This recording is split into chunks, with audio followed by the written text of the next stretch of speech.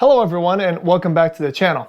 Now, I just wanted to ask, if you live off-grid or if you live in your RV, something like that, and you live by yourself and you cook single meals, like let's just say example, like just a can of chicken noodle soup, something like that, and you want to be able to heat it up, what's the best way to heat it up if you only have something like a Bluetti EB3A opposed to something like the Bluetti AC200P. Now, let me just show you that the best way to really cook food is using an induction cooktop. It can cook your food, it can cook your soup, let's just say, in a matter of minutes. So let's go ahead and test it out with the AC200. I've already got the AC side plugged in. It turns on right away. I can put it on wattage, let's just say put it on wattage, 600 watts on medium high heat, and then we hit start. The unit turns on and it's using about 623 watts. And this will happily heat up your soup all the way to basically almost a boil. I mean, medium high heat, that will get it to well over 200 degrees. So you could actually probably do a medium low heat. That will give it to 175 degrees, and that's plenty hot for a canned up bowl of soup.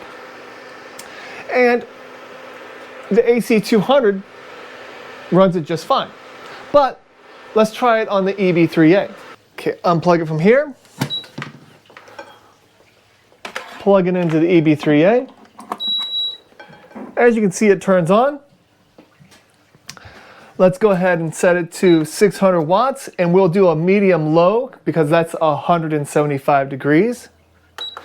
We'll turn it on. Let's hit start. It's using 640 watts. And then as you can see, the unit turns off because we have overloaded our EB3A. So this induction cooktop, it really doesn't work with the EB3A at the settings that I provided. You might be able to do a low, but it's only going to get it up to 100 degrees. That's not really cooking much. So the alternative is to use something that will heat up your food but uses a very low voltage. So check out what I found on Amazon. I found this thing and I thought it was a gimmick. It's the Aotto personal portable oven. Now I'm not reviewing this. I'm not, this wasn't sent to me or anything like that. I didn't get it for free. I went ahead and bought it because I was like, you know what? If this thing actually works, that's just another alternative to using an induction cooktop or building a fire, which sometimes you just don't want to do. But this portable oven, what it is, it's actually, all it is it's an insulated bag with a heat plate on the bottom that plugs into your cigarette lighter on your portable power station. And here's what it looks like. Here's the one that I got. As you can see, it's pretty small. It's about the size of a typical like lunch box. And it does come with a carrying handle and a carrying strap, so you can clip it onto here, and it's like a shoulder strap. So, and then on the inside, what you have is this removable hot plate right here. And I was kind of like, okay. And then there's like a little opening. There's a little opening in the back right here that the wiring can kind of come out of. And yeah, and it's just a cigarette style, adapter right here. And I thought to myself, there is no way that this thing actually will heat a can of soup up to the point where it's enjoyable, where it's hot and enjoyable. So I went ahead and tested it, and it worked. It actually was hot enough for me to have to blow on the spoon in order to cool it down. So what I'm going to do is I'm going to take this water right here, and I'm going to pour it into a bowl. And I'm going to put it in here and I'm going to set it, and I will show you what it's like after, well, I'm going to show you the temperature right when I put it in. I'm going to show you the temperature after a half hour, and then I will show you the temperature again after an hour. Now, the thing that you're giving up between these two is time. This thing is going to take a substantial amount of time. And it's not going to save you any energy. You're not going to be saying, oh, it's only a 12 volt source. It's not a 120 volt source. So, I'll be saving all this energy. You're not, because it's going to take a lot longer. And the option of doing this is really because you have a smaller power station. But let's go ahead and just get a bowl, get a cover, pour this water in, take some temperatures, and I will let you know the results. All right, what I grabbed is my glass Pyrex bowl. It does recommend that you don't use plastic, like a thin plastic Tupperware, because they do say it will melt the plastic. So I got a glass one. Let's go ahead and just set it in there.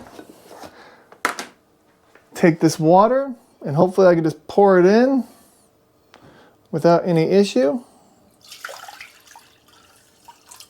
Okay, we got our water poured in. Let's go ahead and take a look at the temperature. And right here, you can see that our water is right around 70 degrees. And the plate itself is 65. So the whole thing between everywhere, it's between 62 and 75 degrees. Let's zoom out so you can get it. There we go. Okay. All right, so I'm going to go and put the lid on.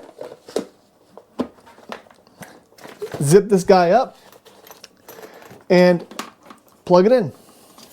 The plug does have a little light on there so you know that it's on, and the plug does have a fuse in case something goes wrong.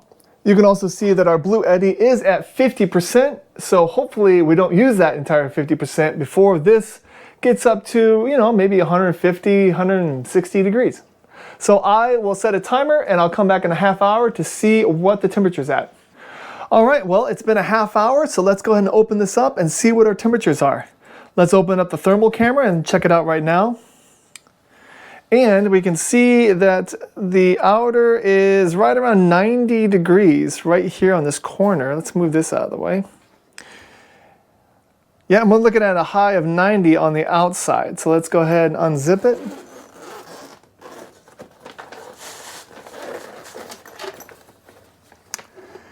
And on the inside, that plate down there at the bottom is 200 degrees. And let's go ahead and open up our water.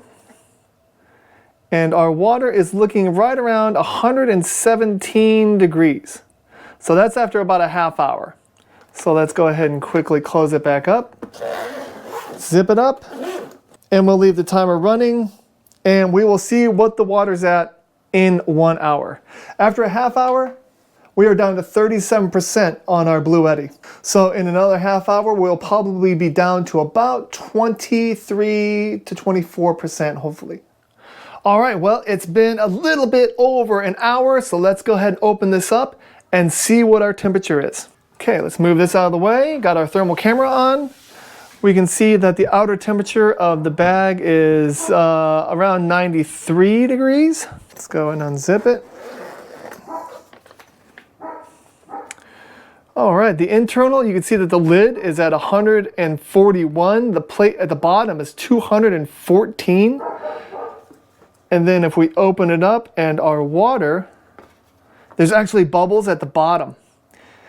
And our water is at 144 degrees. 145. That's without stirring it. Stir it up a little bit. And after stirring it, we are looking at 143, between 143 and 145 degrees, which would be plenty hot enough for a bowl of soup. And let's see what the Bluetti's at. 26%. So it used about 25% of the capacity of the Bluetti EB3A in order to get this water up to 145 degrees. And it took about an hour. If you only have a small 12 volt source, this only uses 56 watts. So you'll be able to power this device with a pretty small portable power station. And if you had a solar panel connected to it, you could basically do this for free, because if you have a 100 watt solar panel, you could easily get 56 watts of solar coming in to compensate for what the battery or for what the heat plate is taking away. So you could basically cook your food for no energy at all. Does that make sense? It wouldn't deplete your battery at all. It would just take it straight from your solar panel and put it right into this little heating bag. I have a link to this item in my description. Again, it's not sponsored or anything like that. I just thought it was cool. I bought it and I wanted to see if it worked, and it actually does. So again, if you have any questions, please leave them in the comments, and have a great day. Bye-bye.